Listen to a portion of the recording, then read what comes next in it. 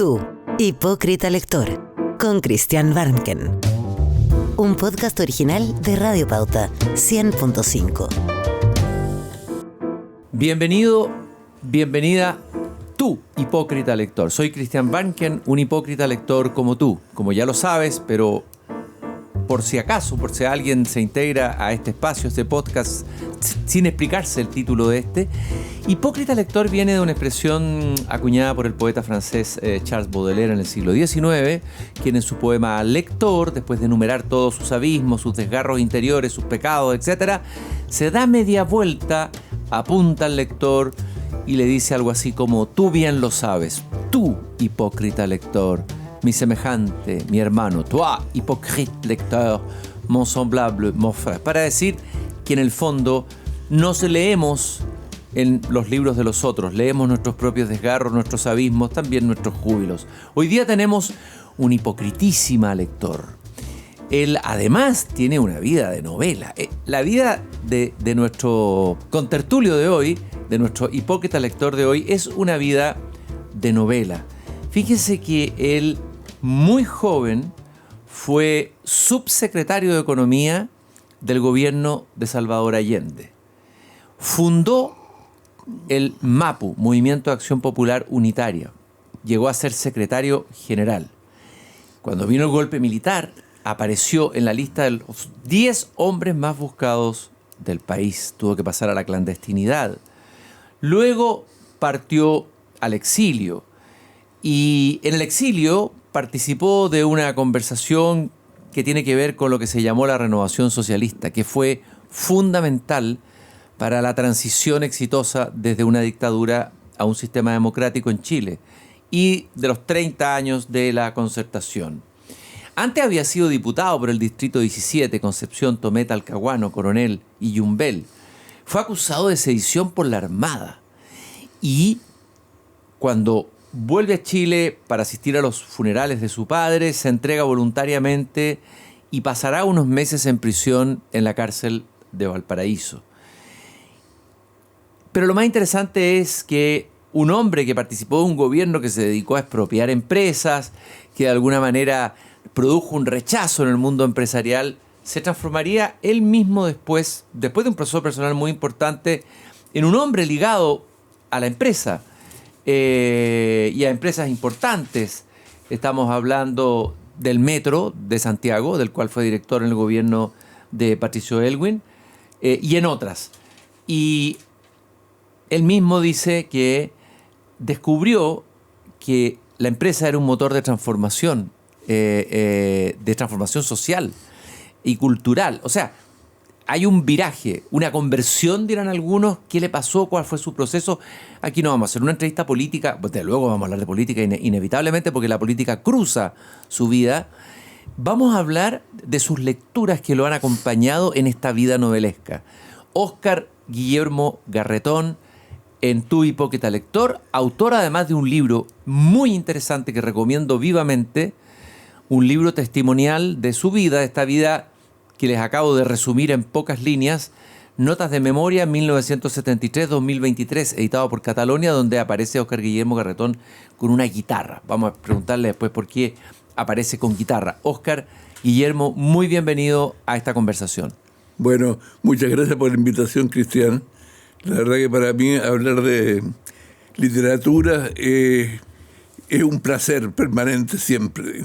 Yo sé que tú eres un lector empedernido. Después vamos a comentar que además formas parte de un círculo, de un grupo de lectores, de amigos lectores que se juntan a comentar libros periódicamente hace muchos años. Exacto. Y quería preguntarte un poco, vamos a ir un poco hacia tu infancia. Tú naciste en Valparaíso.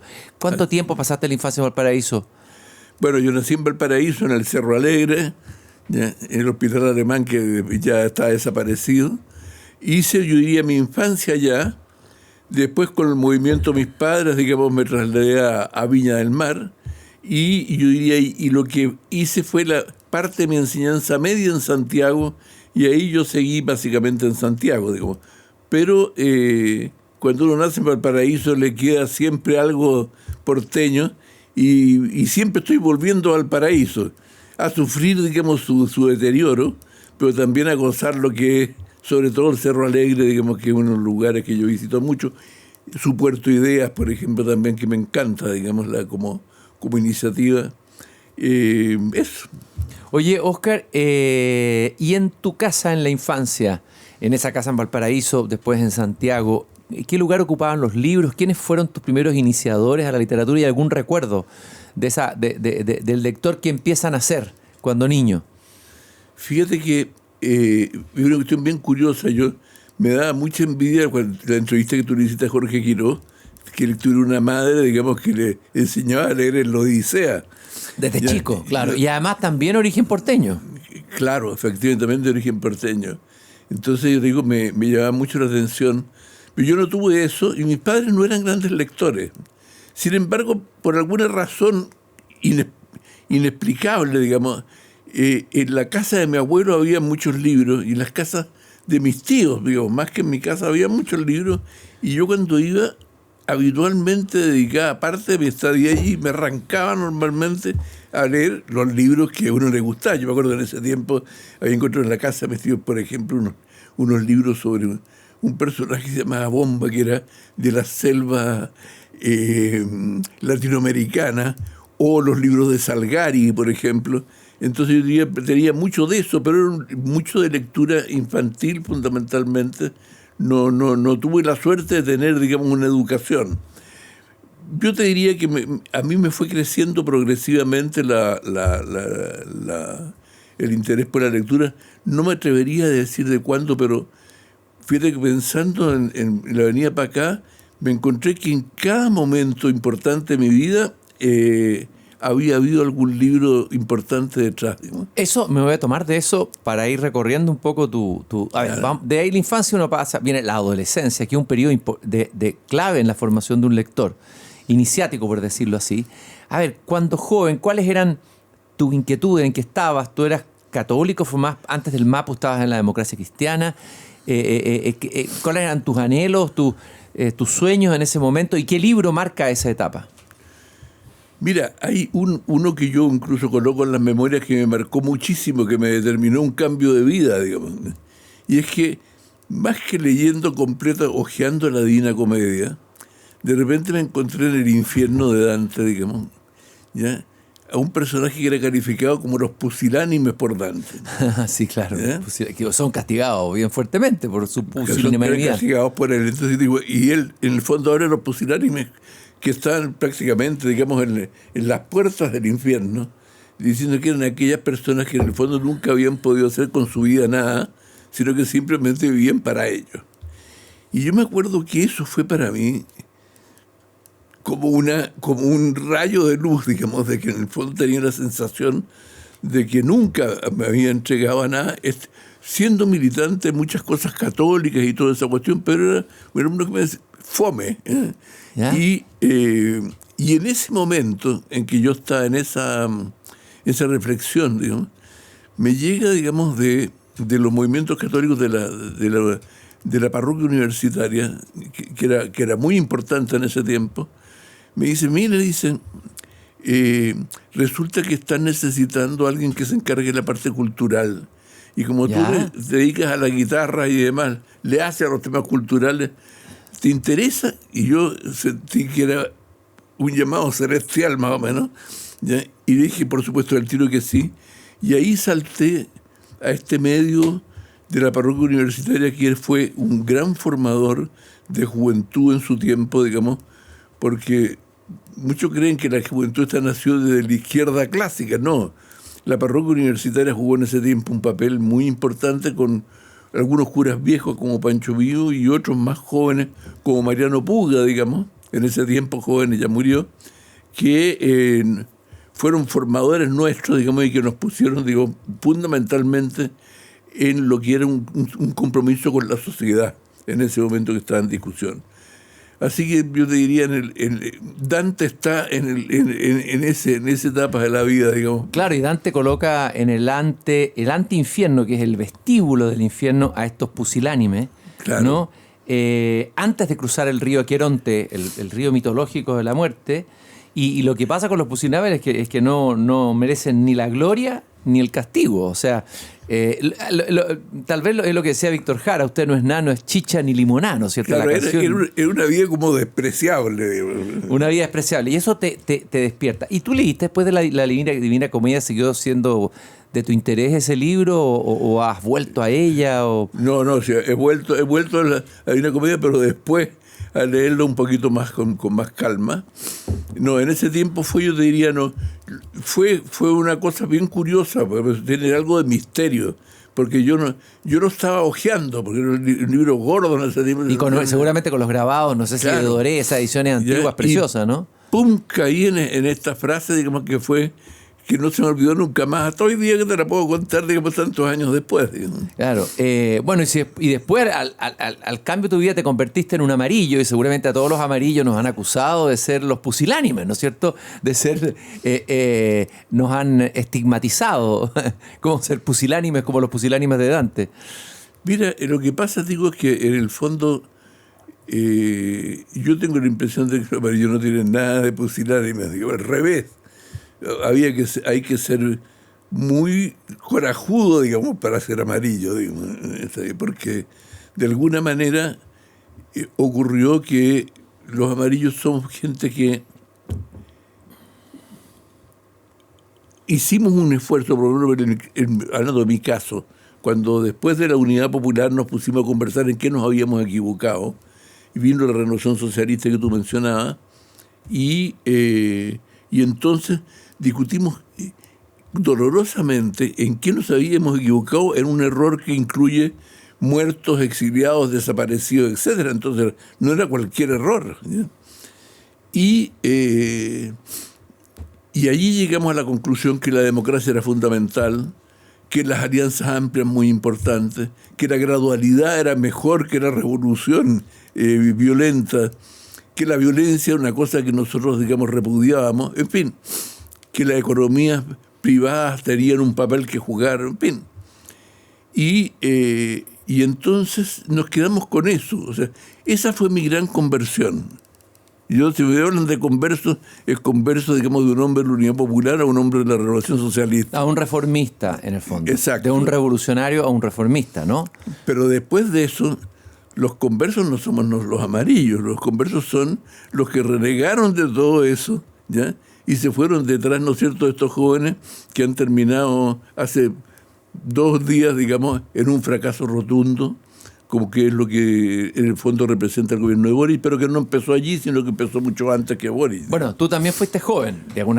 Ustedes fueron los Boric de los 70. Exacto. ¿Qué diferencia hay entre esta generación joven que tiene impulso, pasión, anhelo, que uno ha criticado han sido criticados por distintos aspectos, por soberbia, etcétera? Pero también ustedes también tuvieron soberbia, también tuvieron ganas de cambiar el mundo y claro, también fracasaron, ¿no? Y tuvimos algo de poder también. Sí, y tuvieron poder. Ya. Si comparas esas dos generaciones, esta juventud que nace de la democracia cristiana, que se transforma en el MAPO, Izquierda Cristiana, todos esos movimientos, y este Frente Amplio, algunos lo han comparado. ¿Qué te parece esa comparación? Mira, hay algunas diferencias que no son menores, ¿ya? O sea, nosotros nunca pensamos, por ejemplo, en el tema del MAPU, como algo para hacer una alternativa que reemplazara al Partido Socialista y al Partido Comunista. Los del Frente Amplio en ese sentido fueron mucho más arrogantes en sus expectativas. Venían a matar al padre, como diría Lacan, el psicoanalista. Querían matar al padre. Nosotros queríamos ser socios del padre. ¿Ya? Y creo que no es una cosa menor. Entonces yo digo, ahí hay una diferencia importante. Yo creo que la más importante es algo que todavía pueden resolver los del Frente Amplio. Y es que tienen un pendiente que nosotros ya no tenemos. ¿Cuál es el pendiente? Es discutir en qué uno se equivocó. Reconocer y hacerse una autocrítica. ¿Tú no les ves un genuino deseo de autocrítica o un genuino impulso de autocrítica a ellos? Mira, lo que ocurre es que yo no puedo juzgarlos mucho en eso, porque nosotros tampoco tuvimos la autocrítica desde el primer momento después del golpe. Sino después de una derrota después de la derrota, y como tú dices, con mucho dolor, exilio, muerte, etcétera, ¿no? Desapariciones. Claro, y empezó la discusión de la Renovación Socialista como 2 años después del golpe. Al principio es culpa del imperialismo, culpa de todos los asesinos, de la derecha, de los empresarios. ¿No? Estaba lleno de culpables, digamos, salvo nosotros. Siempre el culpable está afuera, siempre el culpable es el otro. Y en el fondo, digamos, nosotros empezamos después.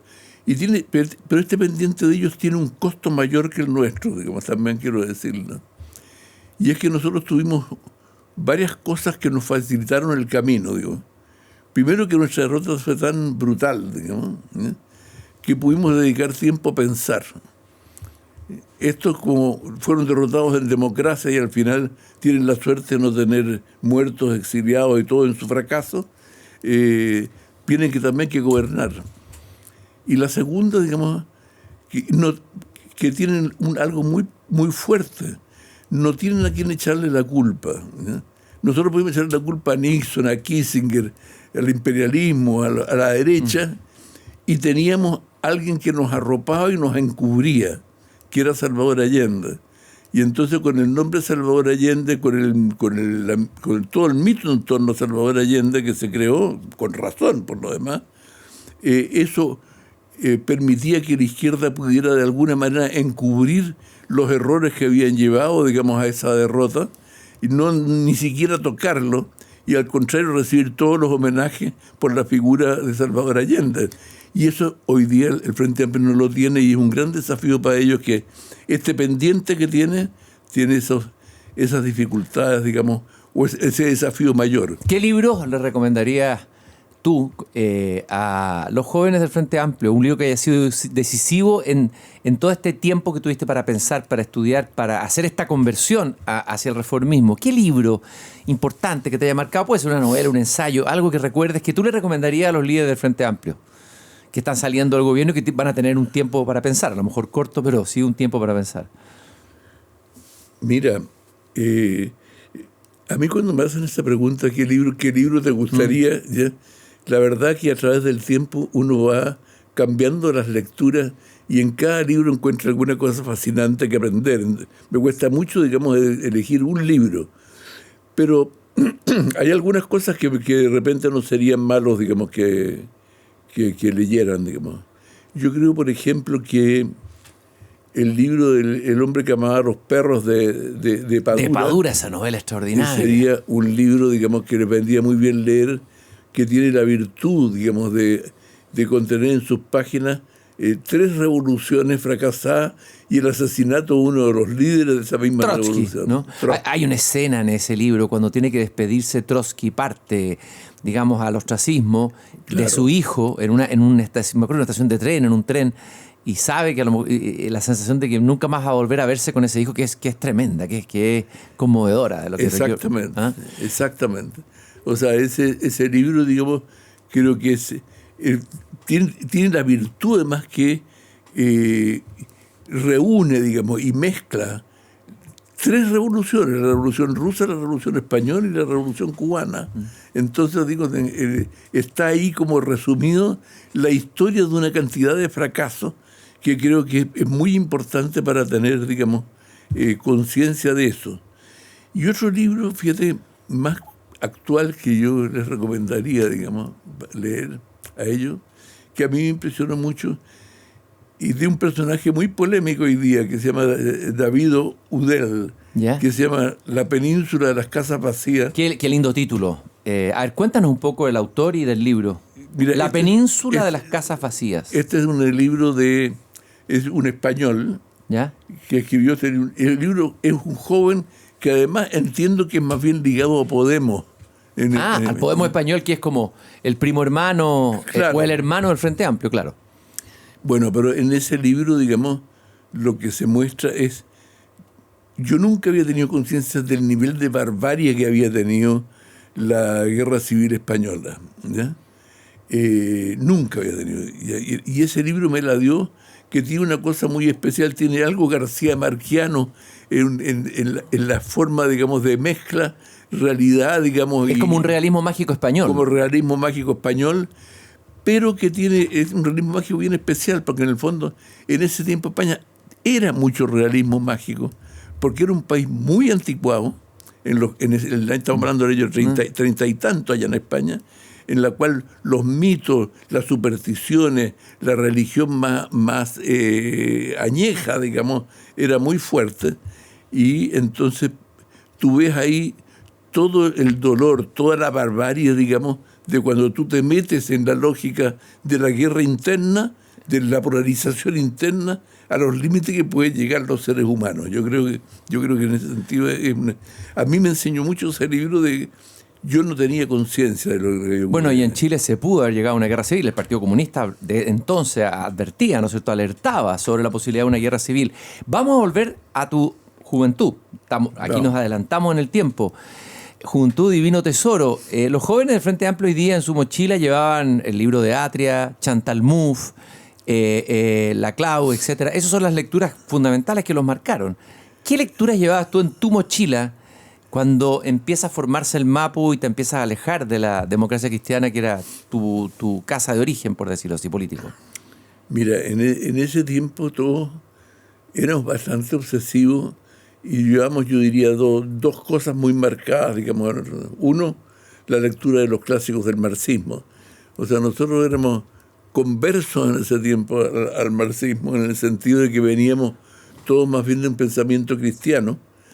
De allí llegamos a la inquietud por la injusticia social y de repente descubrimos el marxismo como que fuera la respuesta científica, digamos, a las inquietudes que teníamos.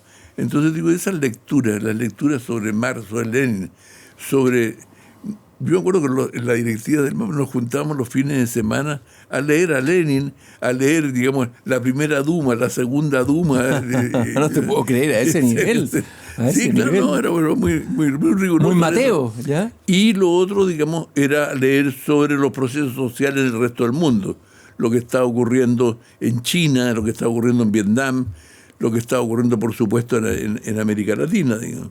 Oye, Óscar, y de esa lectura, porque hoy día leer a Lenin no hay salud, ¿no es cierto? Pero ¿qué releerías o qué de los libros te parece de ese Olimpo de autores del marxismo clásico tú rescatarías como un libro interesante de releer? ¿De los del marxismo clásico? ¿Sí? Yo fíjate que yo quedé un poquito aburrido. Hastiado, ¿ya? Ya, porque en el fondo llegué a la conclusión de que creo que uno de los grandes problemas que tiene el mundo de izquierda, ¿ya?, fue precisamente ese pensamiento, ¿no? Porque el socialismo en sus orígenes, en el mundo, se llamó socialista por creer en la sociedad, ¿ya? Si no, no se habrían puesto socialistas. Cuando se ponen socialistas, están diciendo la sociedad es el centro de mi preocupación. Uh-huh. Y resulta que terminan en un estatismo desenfrenado, ¿no?, gracias, digamos, a Marx y Lenin, digamos, en la forma de pensar, que hasta el día de hoy, incluso, digamos, que algunos reniegan del marxismo, siguen haciendo sinónimo del socialismo el estatismo. Y tú cuando te encuentras con los socialismos anteriores fueron calificados por Engels como socialistas utópicos, ¿ya? Sí. Y en realidad tú te encuentras con gente como San Simón, que era un gran industrialista, por ejemplo, ¿ya?, otros más ultras como Proudhon, pero al final había una diversidad enorme de gente, digamos, con un pensamiento distinto, y yo tengo la impresión que yo buscaría en esos socialistas originarios, antes que fueran de alguna manera denostados y excomulgados por Marx y Engels. Por la iglesia marxista oficial. Exactamente. Digamos. Oye, hay una frase en tus memorias, en notas de memoria, que me parece notable, un consejo que te da un dirigente sindical, a propósito de que hablaste de que ese socialismo remitiera a la comunidad, a la sociedad, no estaba todavía contaminada de ideologismo, de la ideología, que te dice: cuando no sepas qué hacer, cuando todo parezca negro, pégate a la gente. Puedes separarte de los libros, pero no del sentir popular. Si quieres no perderte, desconfía más de tus ideas que de o sea, del pueblo. Ese consejo, ¿quién era ese dirigente sindical? Me parece muy potente. Bueno, este era un dirigente sindical y poblacional bien importante, que ya murió, se llamaba René Plaza, que se exilió, vivía en París, murió en París, sus hijos han venido a Chile, yo he estado con algunos con ellos, pero viven allá, o sea, han casado con francesas, hoy día son franceses. Él fue, era un dirigente sindical curiosamente también porteño. Ya, pero lo bonito de esto es que deja los libros, deja la ideología y pégate a la gente, pégate al pueblo de verdad. Exacto. Más que a la ideología. Escucha más al pueblo real, por decirlo así, ¿no? Bueno, es que yo tengo la impresión de que uno de los dramas hoy día de la izquierda es que perdió su relación con la gente real, digamos, ¿ya? O sea, de tanto buscar identidades casi como monumentos, digamos, como dioses del Olimpo, digamos, de figuras de héroes y de cosas, perdió contacto con la gente real, y creo que es lo que ha provocado lo que vivimos hoy día, y es que por primera vez en muchos decenios la sociedad, digamos, ha tenido una ruptura con el mundo de izquierda, porque en Chile siempre se decía que la gente en Chile era de cultura de izquierda, o de centro izquierda. Sí, siempre se ha dicho eso. Y que la derecha siempre era una cosa minoritaria.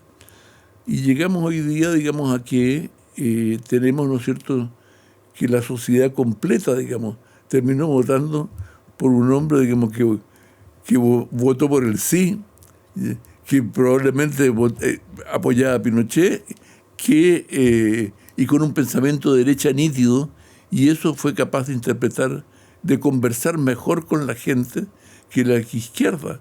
Creo que es una señal que el mundo de izquierda debería recoger de su orfandad de relación con esa calle que reclamaba el dirigente sindical, ¿no? Oye, Óscar, cuando tú renunciaste al Partido Socialista, recuerdo perfectamente porque te entrevisté en el otro programa, en el programa del Jardín hace tiempo, me impactó mucho en tu carta que partes con una cita de Albert Camus, que tal vez podrías recordar la idea central, y hablemos de Albert Camus como un escritor que ha sido importante para ti. Sí, efectivamente, es muy importante. Yo te voy a decir más. En ese tiempo, en esos meses, digamos que fue prácticamente todo el año 88 que estuve preso en la cárcel de Valparaíso, esta que cerraron después, digamos, por insalubre, digamos, uno de los libros que yo leí, uno de los autores que yo leí completo fue Albert Camus. Y me impresionó muchísimo. Me impresionó mucho, digamos, algunas de sus novelas, por ejemplo, como La peste o El extranjero, que a mí la que me resulta más fascinante de todas, digamos, de este personaje, digamos, que prácticamente, digamos, no tenía sentimientos con el resto de los seres humanos con que convivía, que es muy impresionante. Y también algunos de sus escritos más políticos, de donde viene la frase que, si la memoria no me traiciona, dice algo así como, yo nací en la izquierda y moriré en ella, pero cuya decadencia no puedo dejar de ver. Eso lo dice Camus, y es la frase con la cual yo inicio ese documento, que era en ese momento, fue el último documento que yo escribí para el Partido Socialista. ¿Y cómo te casa como niño al dedo? ¿Y qué te gusta a ti como de Camus como escritor? Ya citaste El extranjero, La peste, pero también, ¿qué otro escrito te acuerdas o algo que te haya tocado, te haya conmovido como lector? ¿De Camus? Sí. Bueno, a mí me impresionó mucho, digamos, en Camus, esta capacidad de transformar en novela, ¿ya?, problemas reales de la sociedad que se estaban viviendo allí en ese momento. O sea, El extranjero es un libro que habla de un personaje que era incapaz de querer ni siquiera a su madre, ¿ya? Ni siquiera a su madre, digamos. Y que al final solamente se irrita, al final cuando está a punto de morir, digamos, cuando llega un sacerdote a tratar de convertirlo, ¿ya? Eso es lo único que lo irritó. O sea, era un personaje, digamos, que vivía encerrado en sí mismo, ¿ya?, y con una gran incapacidad de poder transmitir, digamos, de poder relacionarse con el resto. Eso me llamó la atención, a lo mejor es la misma razón porque me llamó la atención ese dirigente sindical que decía no te olvides de la gente, digamos. Y en el caso de la peste tiene algo parecido. O sea, en el caso de la peste, también tú te encuentras allí el fenómeno de la diversidad de reacciones frente a esa peste, la capacidad de la gente, digamos, también de agruparse y tener una respuesta en conjunto, y otros que no estaban dispuestos a hacerlo, y mostrar, digamos, ahí, a partir, digamos, de un momento, digamos, de un COVID de la época, digamos, por así decirlo. Es un libro perfecto para leer. De hecho, yo la releí en la pandemia. Es un notable libro que sigue siendo muy vigente. Estás escuchando un podcast original de Radio Pauta, 100.5. Oye, bueno, viene el golpe militar, el quiebre que debe haber sido brutal para tu generación. Y tú terminas, es famosa esa historia que la has contado varias veces en otras entrevistas, de que te hiciste una promesa a ti mismo, ¿no es cierto? Sí. Que era nunca volver a callar cuando tuvieras un pensamiento disidente dentro de tu grupo, porque tú mal que mal, llegaste a ser dirigente de una fracción más radical del MAPU, y por lo tanto siempre se te identificó con los dirigentes más incendiarios de la izquierda, por algo estabas en el grupo de los 10 hombres más buscados, pero te haces una revisión, o venía ya esa revisión antes. Algo adentro te estaba pasando. Y ¿hay algún libro, algo con la literatura que tenga que ver con ese proceso que pudieras identificar, con esa duda que empieza a instalarse en ti, a pesar de que tú no podías decirla públicamente porque eras dirigente y la cara visible de una izquierda muy clara y muy nítida de ese entonces? Mira, fíjate que más que un libro, aunque encontré uno ahora, digamos, ¿ya? Más que un libro, era un fenómeno bien especial, y es que la ruptura del MAPU para mí fue un golpe tremendo. Cuando se rompe en dos grupos, digamos, claro. El MAPU y el MAPU obrero campesino, ¿no? Claro. Gasmur y Garretón. Como lo reconoce Jaime, que es mi amigo, digamos, hoy día, ellos dieron un golpe porque yo gané un congreso, la elección en un congreso, y yo era entonces secretario general del conjunto del MAPU, y ellos consideraron que eso era fatal, digamos, y dieron un golpe, digamos, que era un golpe no solamente sobre el MAPU, sino que también querían la división del Partido Socialista. Ese golpe para mí fue muy traumático por lo siguiente, porque yo nunca fui de un lote ultra dentro del MAPU, era más bien parte de la dirección. Pero el hecho que el conjunto de esa dirección, en el fondo, diera este golpe, digamos, primero me dejó, o sea, mi grupo más natural, digamos, de relación, ya rompió con eso, y por otro lado, creó una división en que me dejó con la parte más ultra. Yo tengo la impresión que si el MAPU hubiera sido uno, probablemente su forma de gestionar hubiera sido distinto. Y me encontré un libro ahora, ¿ya?, sobre esa materia que me impresionó mucho, que es un libro sobre las memorias de Enrique Correa, sobre la historia de Enrique Correa. Que también es oriundo de la democracia cristiana, joven del MAPU, etcétera, ¿no? Y que dice en una frase por ahí, no es el libro que él escribió, sino que un libro que escribieron los periodistas Andrés Insunza y Andrés Insunza, y no me acuerdo del otro nombre. Él dice, digamos, si hay un error de mi vida que me arrepiento fue la división del MAPU, dice, ¿ya? Que yo creo que efectivamente, no solamente por nosotros, sino que tuvo, digamos, un efecto. Primero que, en el caso mío, digamos, yo quedé en una situación extremadamente complicada que me llevó incluso en el último momento, digamos, de la UP, digamos, a no cumplir las órdenes de la Comisión Política, digamos, frente a la proposición de Allende de ir al plebiscito, digamos, ¿ya? Yo estuve porque fueron al plebiscito, a pesar de que la dirección del MAPU había dicho, digamos, que había que rechazarlo, igual como la rechazó el Partido Socialista casi hasta el final. Pero bueno, yo diría fue esa experiencia traumática más que un libro, digamos. Perfecto. Lo que me... Oye, Óscar, bueno, y terminas asilado o refugiado en la Embajada de Colombia varios meses. Sí. Ya eras lector. Me imagino que ¿cómo hacías ahí para proveerte de libros? ¿Qué libros leíste? ¿Cómo fue ese periodo en esa embajada? ¿Te acuerdas de haber leído algo? ¿En qué te refugiaste? Me imagino que la lectura es un refugio en esos momentos duros. Fue un refugio y que tuvo varios meses para que no me dan la salida. Fueron como 9 meses que estuve en la embajada, digamos. Bueno, efectivamente ahí leí muchas cosas. Me recuerdo dentro de las lecturas de novelas, digamos, me leí El Señor de los Anillos y los libros de Tolkien. De Tolkien, El Señor de los Anillos, ¿ya? Fue muy importante las lecturas de él. ¿Por qué? Porque yo digo, me llevó a un mundo, digamos, de un nivel de imaginación, ¿ya? Que quizás era lo que necesitaba en ese tiempo, digamos. O sea, salir de una realidad, digamos, que era tan dura y entrar, digamos, a un recuerdo de seres tan especiales como todos los que están en torno a Tolkien. Con Bilbo y etcétera. Claro. Y el otro que tiene que ver quizás con lo mismo que leí en ese tiempo mucho fue Walt Whitman.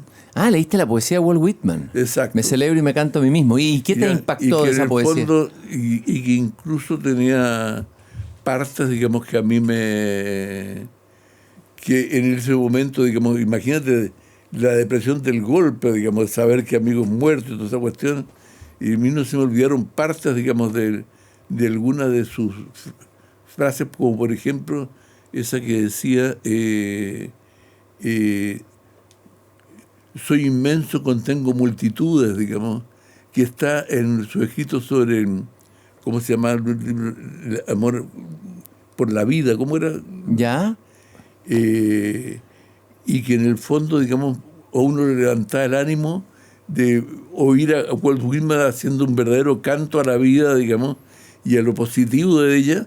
Era para mí fue muy importante. En medio de un momento trágico en que estaban muriendo compañeros tuyos, en que, bueno, era inseguro tu destino. Ahora, Tolkien interesante porque Tolkien también era una reflexión sobre el poder. El tema del anillo. Por supuesto, el tema del anillo, el tema del poder. Es una metáfora tremenda de lo que puede producir el poder en cualquier ser humano, ¿no? Exactamente. Bueno, exactamente. Yo digo, en el fondo era una discusión sobre el poder, pero con unos seres extrañísimos. Sí, claro. Entonces me pareció, era fantástico. Bueno, te sacó del realismo socialista y te llevó te amplió el mundo de la imaginación, ¿no? Exactamente. Oye, Oscar, y de ahí viene una peregrinación. Te radicaste en La Habana, después Francia, Argentina. En esos lugares, lecturas que te hayan acompañado en el exilio, lecturas que hayan sido entrañables para ti, que hayan sido importantes en ciertos momentos fundamentales de ese periplo de exiliado. Bueno, a ver, yo digo, voy a recurrir a personajes, digamos, más bien que me llaman la atención especialmente. Hay uno, digamos, que ocupan, digamos, una parte una franja no pequeña de mi biblioteca, que es Jorge Luis Borges, por ejemplo. Ah, Borges, llegaste a Borges, un universo. Jorge Luis Borges, digamos, es un personaje que me impresionó mucho, y su libro Ficciones, sobre todo, con esa colección de cuentos, digamos, me resultó particularmente fascinante, ¿no? A partir de eso empecé a leer otras cosas de él, empecé a leer sus charlas, digamos, y yo lamento, digamos, de que no haya tenido el premio Nobel en algún momento, y creo que es de los escritores que merece, digamos, un estatus muy especial en América Latina, digamos. Es de los grandes indudablemente, y tuvo que enfrentarse a la mezquindad política también, al odio de los justicialistas, al peronismo. Bueno, yo digo, desde ese tiempo también están las lecturas de Vargas Llosa, digamos.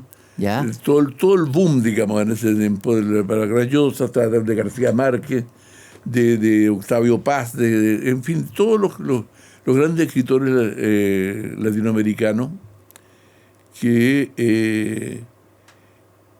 cuya historia resume también, digamos, el delirio americano de Granés, ¿no? Ese concepto, el delirio granitano de ese libro, es notable, es muy iluminador, ¿no? ¿Qué te pareció ese ensayo de Carlos Granés, El delirio americano? No, es que es un libro extraordinario, digo, porque en el fondo marca, digamos, lo que ha sido efectivamente la historia de la cultura latinoamericana y el predominio de esta obsesión antiimperialista, digamos, y política, digamos, de la escritora latinoamericana, que la ha marcado prácticamente desde los tiempos de Martí, pues. Desde Martín adelante, claro. De Martín adelante, efectivamente. Y de alguna manera ahí se ve como todo el mundo de la literatura, el mundo imaginario, los poetas, se vuelca a la realidad, o sea, la imaginación, y cuando la imaginación se vuelca a la realidad, puede producir efectos devastadores, ¿no? Exacto. En el arte cumple una función, pero en la realidad política puede ser devastadora la imaginación. Claro, además es bien curioso, digamos, porque al final es una literatura que puede tener diversidad, que tiene gente, incluso gente de derecha también. Populistas de derecha. Populistas de derecha, todo eso, pero al final todos marcados por una lógica cultural como consensual de esta relación, digamos. Claro, y que dice Granés que finalmente eso nos ha impedido avanzar y por estar echándole la culpa siempre a ese otro, Exacto. a ese enemigo externo que tú hablabas al comienzo, y no asumir las propias responsabilidades. Hay algo muy interesante en tu trayectoria y en tu vida, yo creo que, y en tu vida de lector, es que tú tienes un grupo de lectura. Esto me encantaría que lo compartieras y lo contaras. Te juntas periódicamente hace varios años con un grupo de amigos a comentar y leen un libro, creo que por mes, hace varios años, se han leído un montón de libros. Háblanos de esa experiencia, cómo surge, cuéntanos la historia de ese círculo de lectores que yo creo que es un modelo replicable para quienes nos estén escuchando. Mira, ni me acuerdo exactamente cómo fue que comenzó, pero hace años, ya digamos, 8 o 9 años debe ser o más, que llevamos reuniéndonos una vez al mes para comentar un libro que nos juntamos a comer en las distintas casas, cada uno nos vamos turnando, ¿ya? Y ahí elegimos el libro que íbamos a leer para el mes siguiente. Con lo cual tú tienes una lectura muy, muy diversa, de los cuales hay clásicos, qué sé yo, como Ana Karenina, que hemos leído. Junto a Ana Karenina, potente.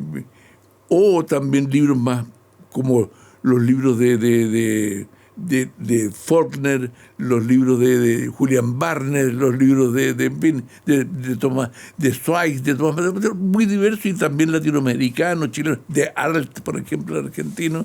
O sea, si yo saco la lista, digamos, yo digo, debemos tener, no sé, son cientos de libros que hemos...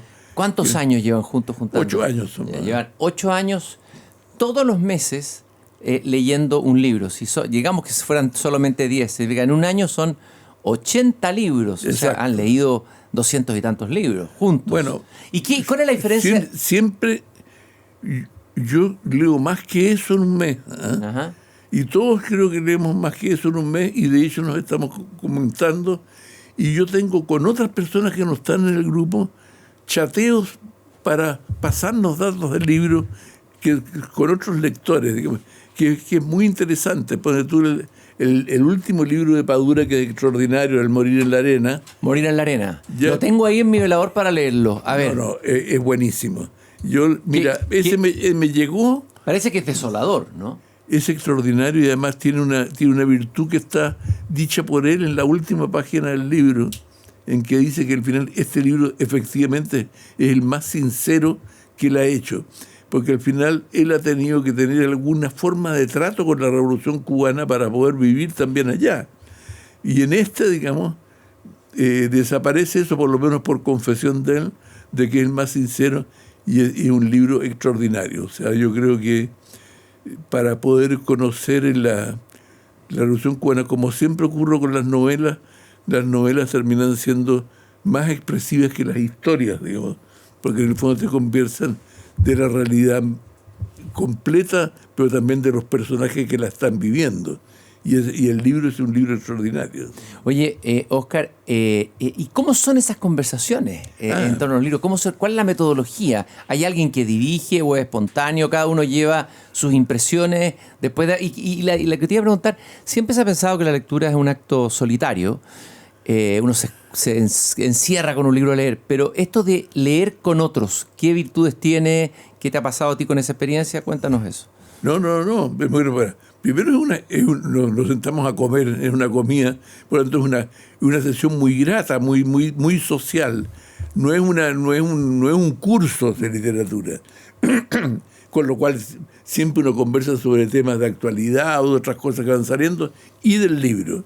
Y allí cada uno llega con su visión del libro, digamos. no es que haya alguna pauta, digamos, sino que cada uno llega a una visión. Uno que puede decir que no me gustó, el otro quiere decir, mira, este párrafo es el que más o este capítulo fue el que me... Y la discusión es muy espontánea, no hay un método. Tengo otro grupo, en cambio.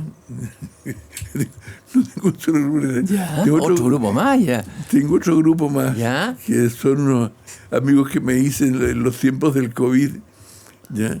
Que sí tenemos un director de orquesta, ¿ya? Que es un profesor de Valparaíso, ¿ya?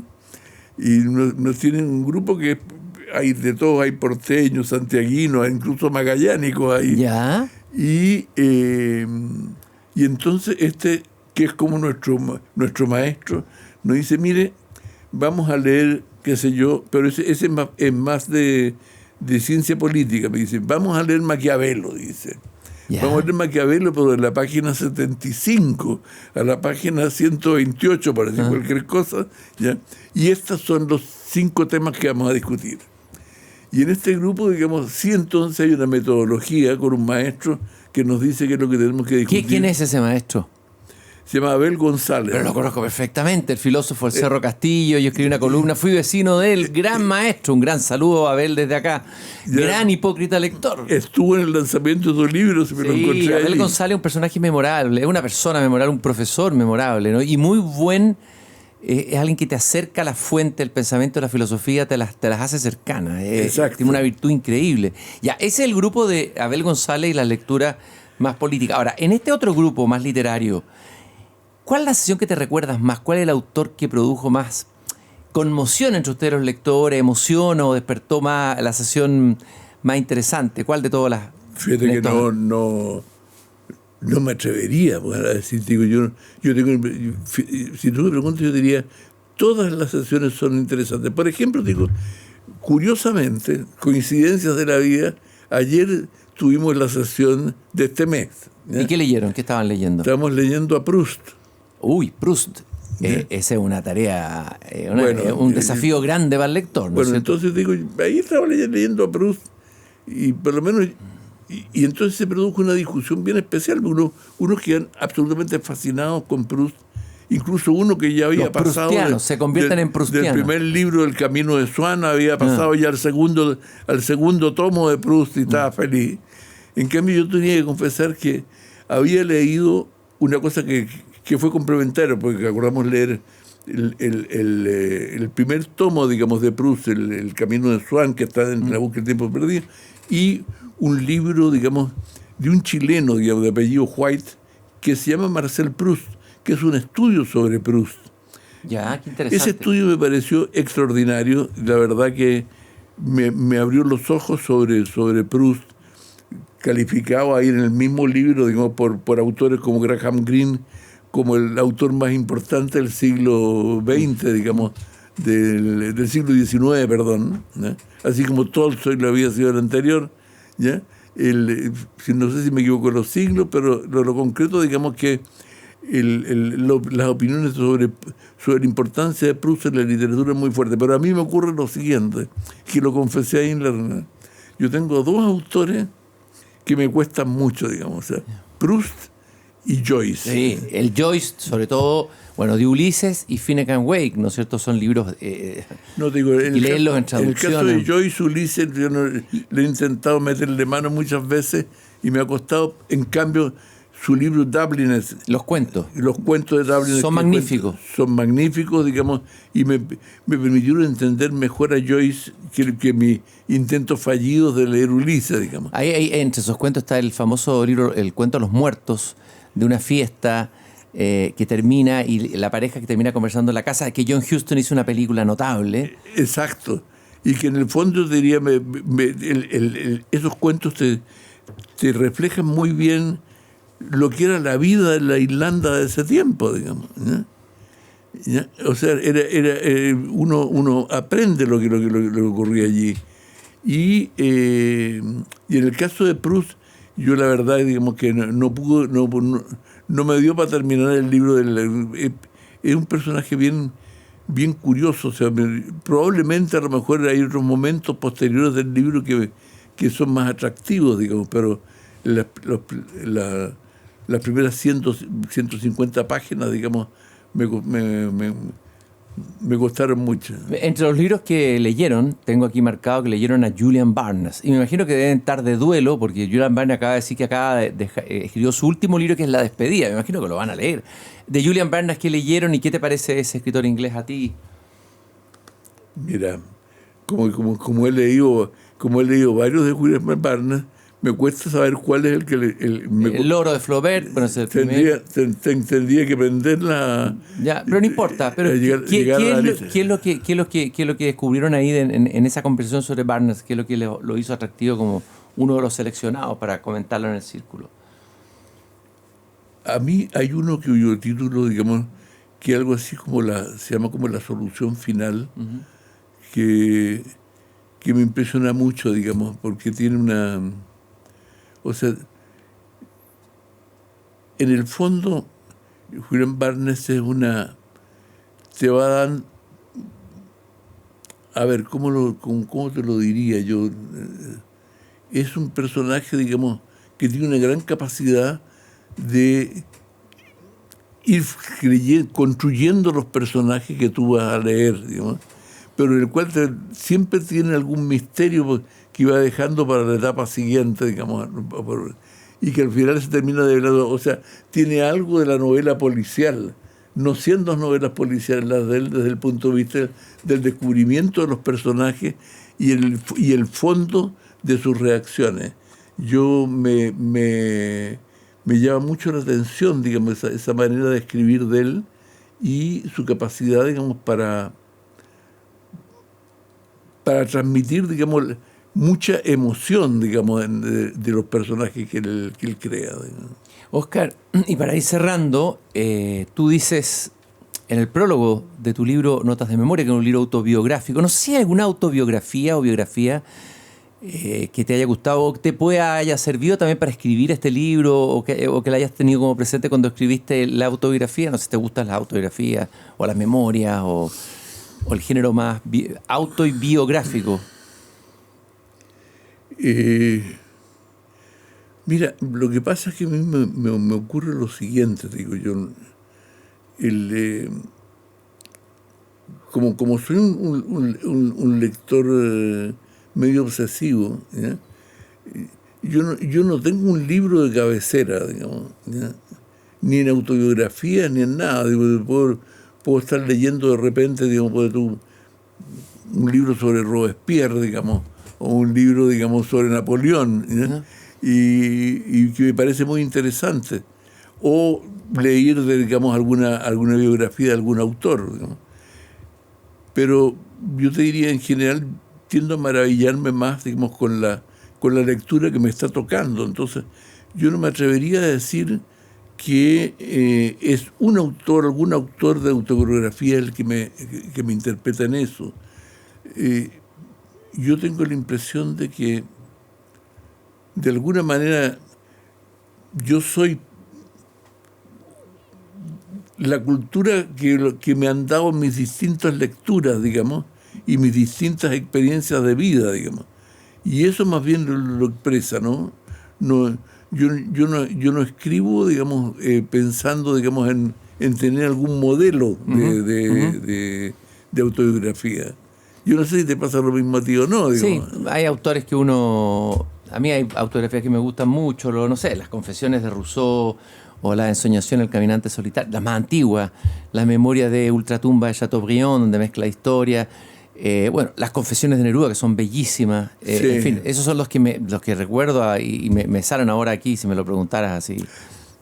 De los libros de mis tiempos de juventud, digamos, voy a hablar de novelas, digamos, un libro que se me lo había olvidado, digamos, ahora me recordé contigo, era El Principito de Saint-Exupéry. Ese fue un libro, digamos, leído, digamos, no en los tiempos que se lee como libro infantil, sino que como libro mucho más de reflexión y de pensamiento ya en tiempos universitarios, que motivó, me acuerdo, en nosotros una gran discusión. Claro, algunos despreciaron a Saint-Exupéry porque estaba escribiendo un libro juvenil, pero en realidad Heidegger dijo, este es el mejor libro existencialista que se ha escrito. Claro. O sea, es un libro que tiene muchas capas, que tiene muchas profundidades humanas, desde luego, ¿no? Exacto. ¿Ah? Oye, Óscar Guillermo, y tú lo que yo decía, en tu libro, Notas de Memoria, partes diciendo, de signos misteriosos que hicieron que sea un sobreviviente. Es un gran comienzo que inmediatamente a uno le engancha. Y luego dices, en estos casi 80 años he tenido suficientes experiencias y aprendizajes como para mirar desde otra perspectiva lo vivido. Es por eso que este libro refleja lo que hoy he terminado pensando sobre lo que la vida, esa gran alfarera, ha ido año a año configurando en mí. Me gustó esta imagen de la vida como una alfarera que te va haciendo a ti. Y quiero preguntarte ¿qué significó para ti escribir este libro? Me imagino que, no sé si quedaste el mismo después de haberlo hecho. ¿Qué te pasó él? ¿Fue una manera de reparar, de hacer un duelo, de cerrar una etapa de tu vida? ¿Qué significó en términos personales haber escrito este libro, Notas de Memoria? Bueno, efectivamente tiene algo de eso de lo que tú dices. O sea, fue, y lo digo, digamos, fue mi mujer, Pilar Vergara, digamos, la que me cateteó para hacer el libro, digamos, me decía, tienes que escribirlo, porque yo conversamos muchas veces cosas del libro y no lo hacíamos, y entonces ella me impulsó, digamos, para efectivamente ponerme a hacerlo. Y yo te diría, ahí hay partes que tienen una elocuencia mayor, digamos, en el libro. Yo creo que todo el periodo del Mapu y del Urupé para mí era algo que tenía que dejar constancia muy clara, porque el libro salió para los 50 años del Urupé, ¿ya? Los famosos 50 años, sí. Y yo tenía la impresión de que en general, por 50 años, todos nosotros estábamos de alguna manera eludiendo hacer una discusión de verdad sobre lo que había sido ese periodo, ¿eh? Y entonces, digamos, de alguna manera lo adornábamos o lo negábamos o callábamos partes de él, y decía, bueno, yo tengo la impresión que llegó el momento en que efectivamente, ya a 50 años, tenemos que empezar a colocar todo el material arriba de la mesa para que el país lo juzgue y lo encuentre. Y creo que los 50 años, no digo por mi libro, digamos, que lo pueda haber leído muy poca gente, digamos, pero creo que el hecho que se abrió esa discusión así sirvió. Yo creo que nunca hubo, y eso no se lo esperaron los del gobierno, que querían hacer más bien un proyecto de divinización. Panegírico de la Unidad Popular. Claro. Que efectivamente se produjo por primera vez una gran discusión. Entonces digo, para mí eso era muy importante allí, y después contar las experiencias de la cosa empresarial, que un poco como tú dices, yo digo, bueno, después de tanto tiempo dedicado a la revolución, digamos, ¿ya?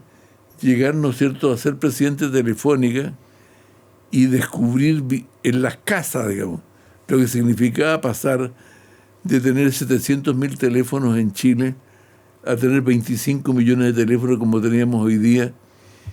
Es una revolución de una magnitud que nunca alguien del mundo político habría podido hacer. Que habría soñado, que ustedes jóvenes revolucionarios no habrían soñado jamás en la época del 73. Y por último, tú fuiste cristiano, ¿sigues siéndolo? ¿Eres hombre de fe? ¿Cuál es tu relación con la creencia, con la fe?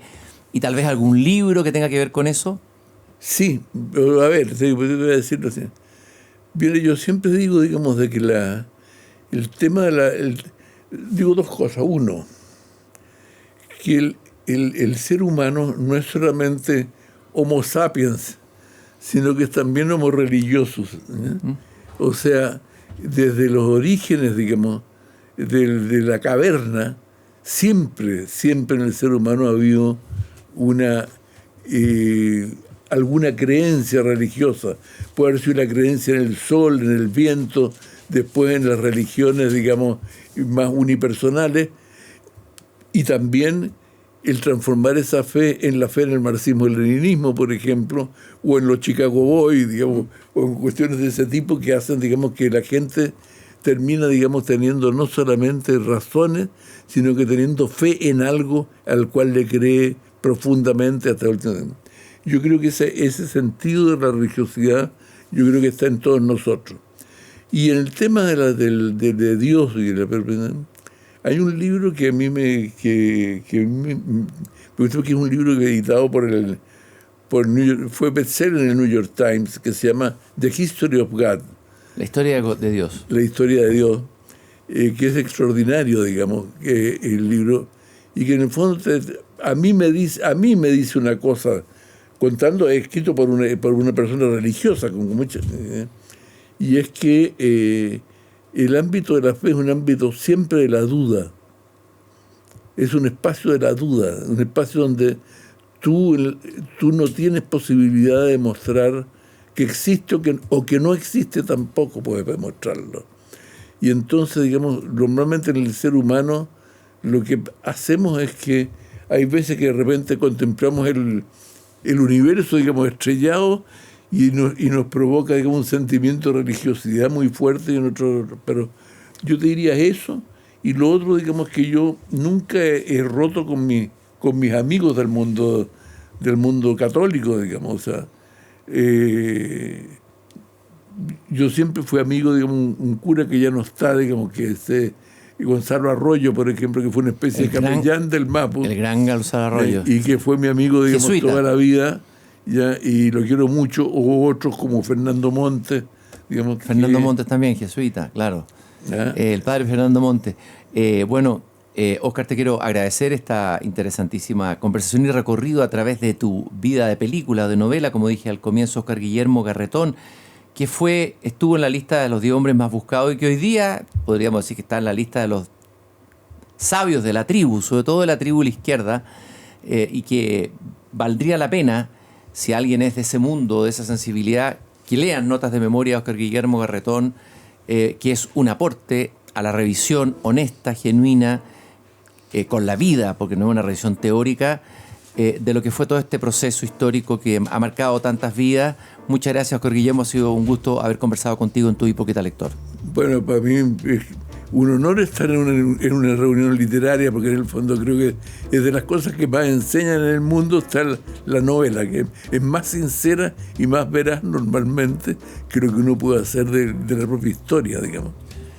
Y nosotros nos encontraremos nuevamente en el próximo capítulo de Tu Hipócrita Lector. Si te interesó y quieres escuchar otros tan interesantes como este, puedes buscarlos en pauta.cl y también en Spotify. Y los días viernes, todos los viernes a las 7:30 en Radio Pauta, se estrena un nuevo capítulo de Tu Hipócrita Lector. Muchas gracias por habernos acompañado. Tu Hipócrita Lector, con Christian Warnken.